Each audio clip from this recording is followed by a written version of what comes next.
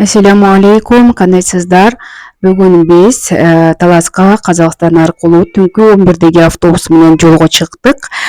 Алгач Кыргызстандын чек арасынан, Казакстандын чек арасынан кирердин алдын багаждагы салган сумкалардын баардыгын аласың дагы Казакстандын чек арасына өзүң киресиң, сумкаңды көтөрүп киресиң. Себеби ар бир инсан өзүнүн сумкасына өзү жооп берет. Ал жерде эмне бар, эмне жок, анткени сумкалардын баардыгын Казакстандан текшерет. Кыргызстандын чек арасынан чыгып Казакстанга киргенден кийин ал жерден паспорттук контролдон өтөбүз. Андан соң автобус токтоочу жайга барабыз. Автобус токтоочу жайга чейин мынакей азыр мен басып өткөн 1 километр жолду басып өтөбүз. Эгер сенин сумкаң оор болсо, бул жер азап жана тозоктон жолу. Ошондуктан оор сумка болсо, колдон келсе көтөрбөй эле коюңуздар. Бул жерден бир кемчилиги баягы жүргүнчүлөр үчүн каралган эмес эч кандай жагдай.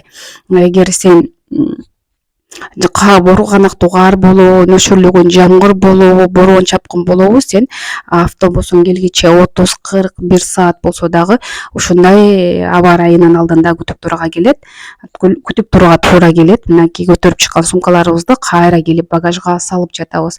Ошол эле көрүнүш баса Казакстандын чек ара аймагынан чыгып жатканда дагы кайталанат.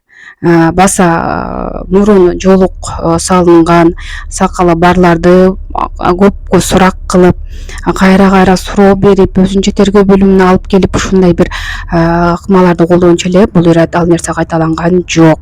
Болгону баягы иттердин шимшилеп, сени шимшилеп жыттагандары эле болбосо, баса анан сумкаңда китептер болсо, анын баардыгын текшерет, мазмунун карайт экен.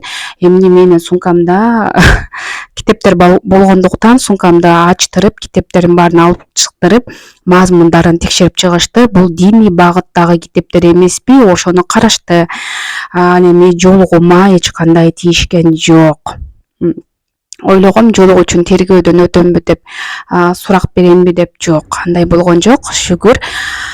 Кыргызстандан Казакстан чек арасынан чыгып, Кыргызстандыкына келдик. Бул жердеги көрүнүш Казакстандагыдай эле, эч кандай күтүүчү жай каралган эмес.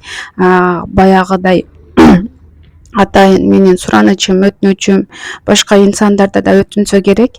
Карап ошо жүргүнчүлөр үчүн, күтүүчүлөр үчүн бул жерге атайын күтүүчү бир жай жасап койсо жакшы болот эле. Анткени баягы күндүн кандай гана суук, кызгардуу учурунда да ар кандай учурда болбосун туура келет ошол жерден өтүүгө. Ошол кезде ошо жылуу жерге күткөнгө. Мейли биз жүрө беребиз, бирок баягы ооруп ооруканадан жаңы чыгып келе жаткандар, балдары менен келе жаткандар, ымыркайын жаңы туруп көз жарган энелер келе жаткандар, алар эмне болот, кандай күндү көрөт, ушул жери дагы бир коопсуз экен. Мынакей Казакстан аркылуу өтүүнүн ушундай кыйынчылыктары бар.